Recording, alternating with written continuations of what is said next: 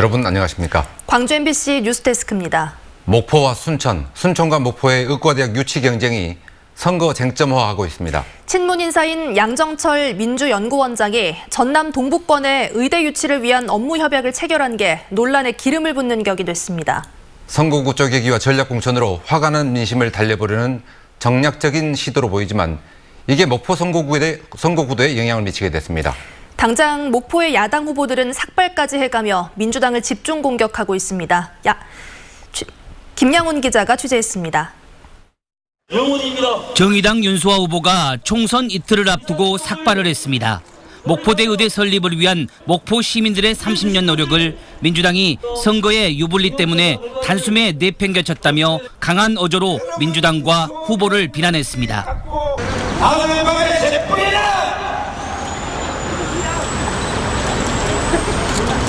민주당의 양정철 원장을 비롯한 정치 기술자를 가뜩이나 선거 초반 목포를 격하게 달궜던 의대 유치 논란이 총선 막판 또다시 폭발했습니다.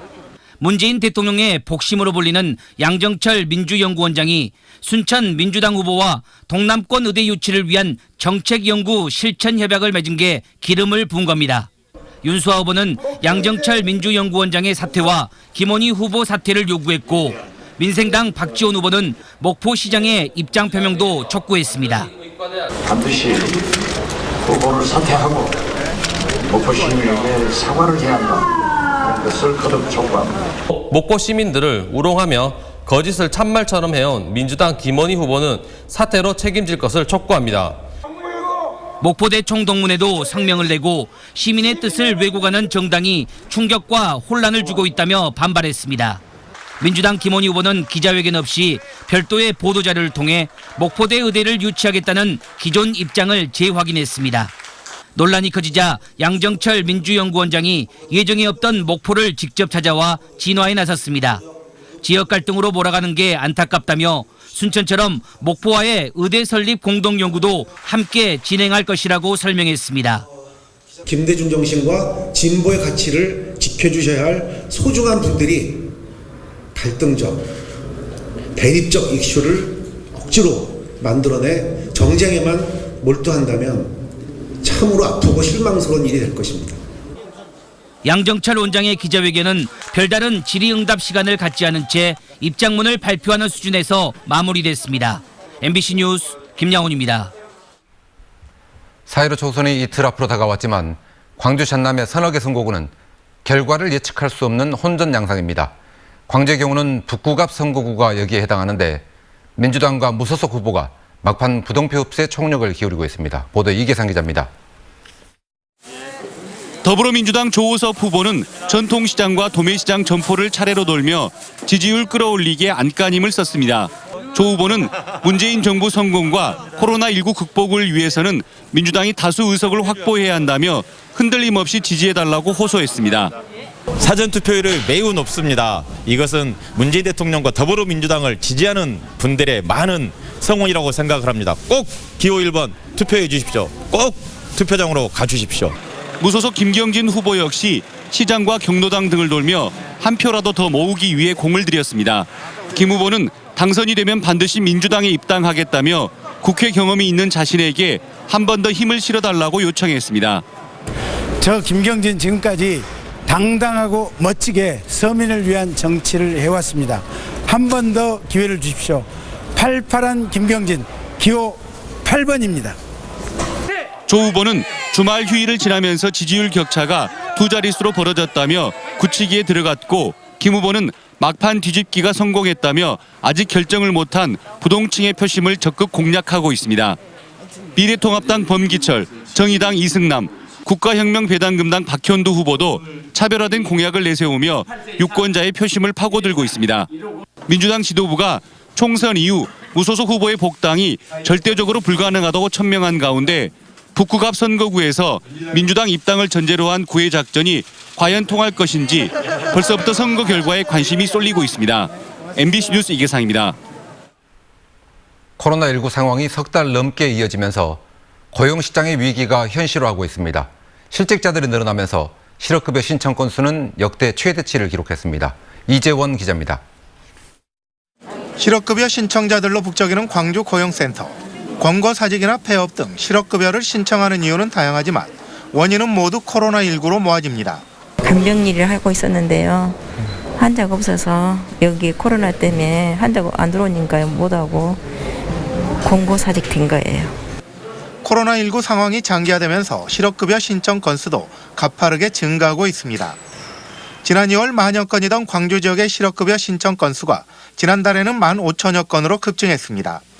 이는 지난해 같은 기간에 비해서도 30%가량 증가한 것으로 역대 최대치로 추정됩니다. 광주 쪽만 보면은 아마 이때가 최근 들어서는 제일 많이 신청하지 않으셨을까 싶습니다. 생각 폭이 좀 다르지 이거는 거의 전국적인 현상이라고. 그렇다고 재취업이 쉬운 것도 아닙니다. 채용시장도 코로나19에 감염되면서 꽁꽁 얼어붙고 있습니다. 광주 지역의 한 채용정보 사이트에 접수된 지난달 구인 광고는 1,300여 건으로 지난해보다 무려 35%나 감소했습니다. 나오는 게 조금 적기는 하죠, 언니. 많이 불안한 것 같아요. 재취업이 돼도 불안한 건 여전하고 재취업이 될지도 걱정스러운 마음이 있어서. 지역 경제가 코로나19의 가시적인 사정권에 들어가면서 고용시장도 급속히 얼어붙고 있습니다. MBC 뉴스 이재원입니다. 금호타이어가 오는 15일까지 광주와 곡성, 평택 공장의 가동을 중단합니다. 금호타이어는 코로나 확산으로 완성차 업체들이 감산에 들어감에 따라서 공장 가동을 일시 중단하기로 했고 오는 30일부터 가동을 추가 중단하는 문제를 놓고 노사 간 협의에 들어갔습니다. 기아차 광주 공장도 미국 수출길이 차단되면서 오는 23일부터 29일까지 이 공장 가동을 중단하는 방안을 검토하고 있습니다.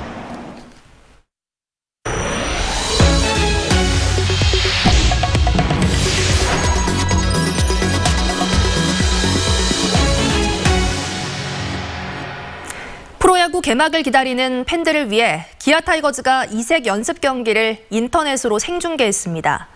기아의 간판 투수인 양현종 선수와 임기영 선수가 각각 1일 감독으로 나서 전술 대결을 펼쳤는데요. 어느 팀이 이겼을까요? 박수인 기자가 보도합니다.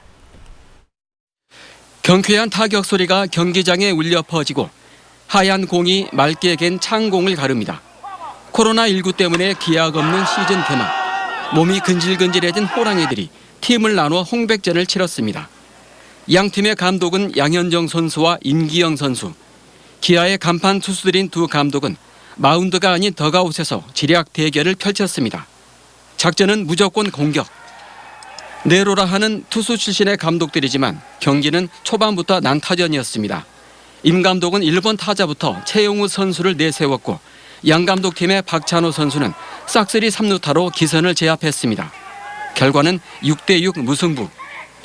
못하겠더라고요. 또 머리도 너무 아프고 어떻게 기용하고 이런 게 너무 복잡하고 하다 보니까 많이 어려운데 좀 그래도 많이 배웠다고 생각하고 있습니다. 이번 홈백전은 개막을 기다리는 팬들에게 인터넷으로 남아 이색 볼거리를 제공하기 위해 마련됐습니다. 두 팀의 선수들은 양 감독과 임 감독이 직접 드래프트를 통해 선발했습니다. 서재은 코치는 1일 해설자로 변신해 마이크를 잡았고 윌리엄스 감독도 객원 해설자로 깜짝 등장했습니다. I'm a little concerned with Gigi's lineup, however. That would be the last guy I would think that he would hit leadoff today. 비록 관중 없이 펼쳐진 잔치였지만 경기장은 활기로 넘쳤고 선수들의 컨디션도 더할 나위 없었습니다. 정말 팬분들의 마음처럼 저희 선수들도 항상 개막을 기다리고 있기 때문에 조금만 더 기다려주시고 항상 조심하시고 그렇다면은 반드시 저희가 멋진 모습으로 밝은 모습으로 팬분들에게 좋은 플레이 보여드릴 수 있도록 노력하겠습니다. 오는 21일부터 구단 간 연습 경기가 시작되고 다음 달 초 정규 시즌 개막이 점쳐지는 가운데 KBO는 내일 이사회를 열어 올 시즌 일정을 논의합니다. MBC 뉴스 박수인입니다. 오늘부터 광주에서 가계 긴급 생계비 지급이 시작됐습니다. 26만 가구 정도가 대상인데 이번 주 안으로 대부분 생계비를 받을 수 있을 것으로 보입니다. 또 코로나로 소득이 줄어든 특수고용직과 실직자들을 대상으로 생계비 지원 신청도 시작됐습니다. 보도에 남궁욱 기자입니다. 행정복지센터 직원이 주민의 신분증을 확인하더니 20만 원씩 입금돼 있는 광주 상생카드 2장을 지급합니다. 광주시가 코로나19 극복을 위해 이달 초부터 신청을 받기 시작한 가계긴급 생계비를 광주 상생카드 형태로 받아가는 겁니다. 20만 원짜리 2개 40만 원 나갈 거예요. 금액 40만 원 맞으시고 그리고 이거 분실하면 현금하고 똑같아가지고. 중위소득 100% 이하 가구를 대상으로 한 가계긴급 생계비의 지급이 오늘부터 시작됐습니다.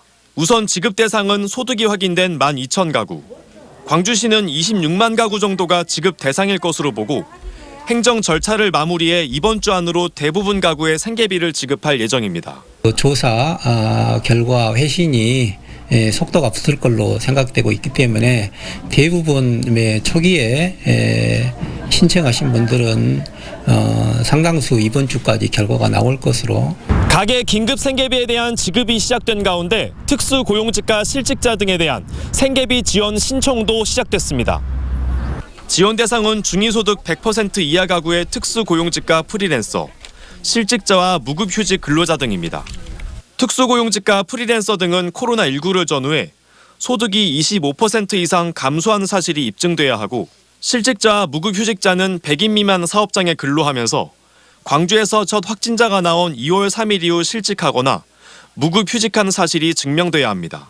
홈페이지에 보면 상상이 좀 안내가 좀 돼 있습니다. 그래서 일단 총선 때문에 이번 주는 온라인으로만 지금 접수를 받고 있습니다. 다음 주부터는 직접 행정복지센터나 시청에서도 좀 접수를. 이 경우 최대 100만 원까지 지원받을 수 있는데 다만 가계긴급 생계비 지원과 합쳐 100만 원을 넘을 수는 없습니다. MBC 뉴스 남고웅입니다. 코로나19 대구 환자들이 광주에서 치료를 마치고 모두 복귀했습니다. 광주시에 따르면 빛고울 전남대병원에서 치료를 받은 대구 확진자 30명이 모두 건강을 되찾고 집으로 돌아갔습니다. 이미 퇴원한 환자와 가족들은 광주시에 보낸 문자 메시지와 SNS 게시글을 통해 광주에 대한 감사의 마음을 표현했습니다.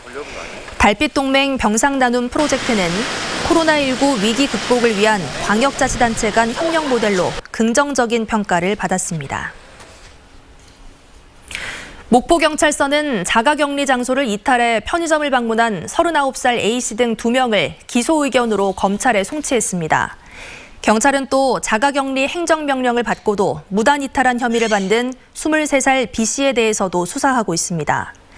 한편 지난 5일부터 자가격리 위반자에 대해서는 1년 이하의 징역 또는 1,000만 원 이하의 벌금으로 처벌이 대폭 강화됐습니다. 광주 북부경찰서는 지난 10일 광주 두암삼동 사전투표소에서 투표용지를 훼손하고 선거사무원을 폭행한 혐의로 47살 주모 씨를 구속했다고 밝혔습니다.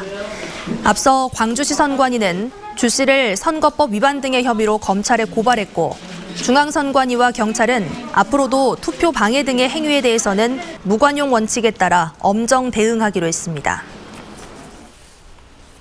4.15 총선을 앞두고 불법 탈법 선거운동이 기승을 부리면서 광주 전남 지역에서 90여 건의 선거법 위반 사례가 적발됐습니다.